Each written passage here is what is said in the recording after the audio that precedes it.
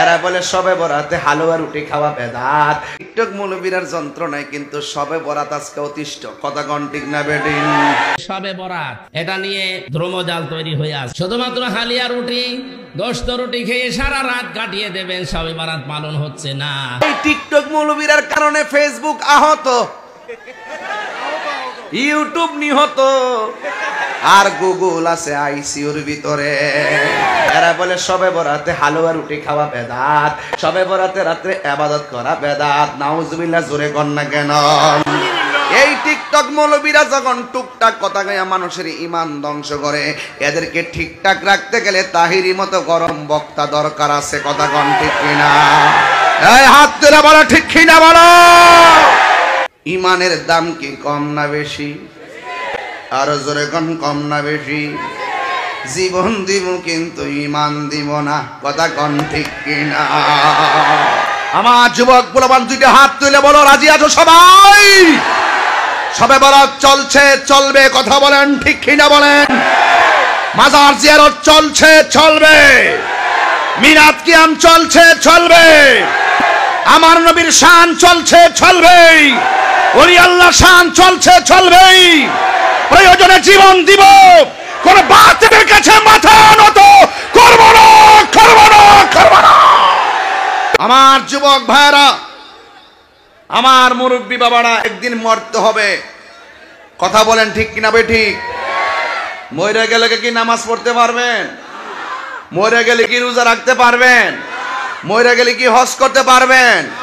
মরে গেলে কি হক কথা বলার সুযোগ আছে? যা বলবেন কবরে যাওয়ার আগেই বলতে হবে।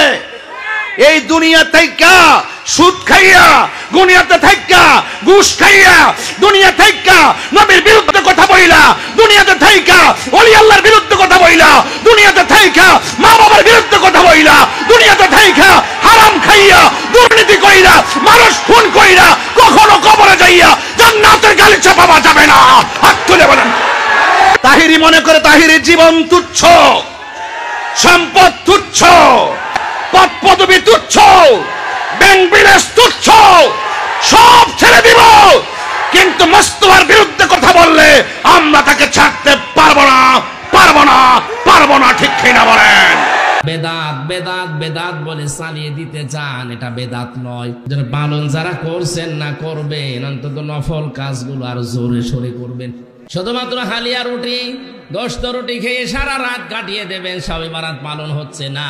তাহলে সবে বরাত বলেন, সবে কদর বলেন, কেউ যদি পালন করতে যায় তার উচিত হবে আল্লাহর আইনগুলো প্রতিষ্ঠা করার মাধ্যমে চেষ্টা চালানো।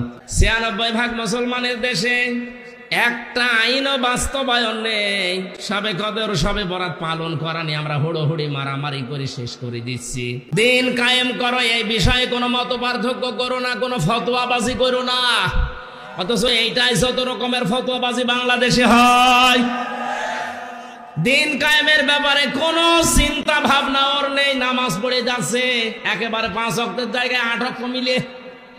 অথচ দিনও যে নামাজের মতো কায়েম করা ফরজ, এখানে কোনো পার্থক্য চলবে না। এইটাও বোঝেও না, বোঝাতেও চায় না, মানুষকে বুঝতেও দিতে চায় না। পৃথিবীর যত নবী আল্লাহ পাঠিয়েছেন, এখানে ৪ জন বড় বড় নবীর নাম আছে। প্রত্যেকটা নবীর শরীয়তে কম বেশি রদবদল ছিল। কোন নবীর শরীয়তে এইটা ছিল, পরের নবীর শরীয়তে এটা ছিল না। কিন্তু প্রতিটি নবীর শরীয়তে এইটা ছিল, জানাকিমুদ্দিন, দিন কায়েম করো। কারণ দিন যদি কায়েম না হয়, এমন এমন বিধান আছে ইসলামের যেটা এককভাবে মানা সম্ভব না। বাংলাদেশে যতদিন দিন কায়েম না হবে, ইসলামের এমন বিধান আছে যেটা ওয়াজ করে, নসিহত করে বন্ধ করা সম্ভব না। কিয়ামত পর্যন্ত ওয়াজ করে জেনা বন্ধ হবে, আরো জোরে সুদ বন্ধ হবে, ঘুষ বন্ধ হবে। এটা বন্ধ করা ওয়াজের দ্বারা সম্ভব না, এটা আইন করতে হয়। যেন আমরন, আমরন মানে আইন, আমরন মানে আদেশ।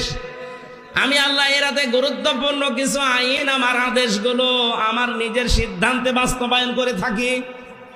৫ প্রকার মানুষের নাম আছে, এরাতেও আল্লাহ তাদেরকে মাফ করে না, বাকি মানুষকে তিনি মাফ করে দেন। ১ নাম্বার যে মানুষগুলো শিরিক করে, ২ নাম্বার যারা কুফরি করে, ৩ নাম্বার যারা মা বাবার অবাধ্য সন্তান, ৪ নাম্বার যারা বুড়ো জিনাখোর, এজন্য বুড়ো জিনাখোর যারা আছেন থামেন। নিজের শরীর চলে না, ইন্ডিয়া হারবাল কলকাতা হারবাল কাজ দিয়ে চালাচ্ছে। বুড়ো জিনাখোরদের এই সবে বরাতেও মাপ নেই।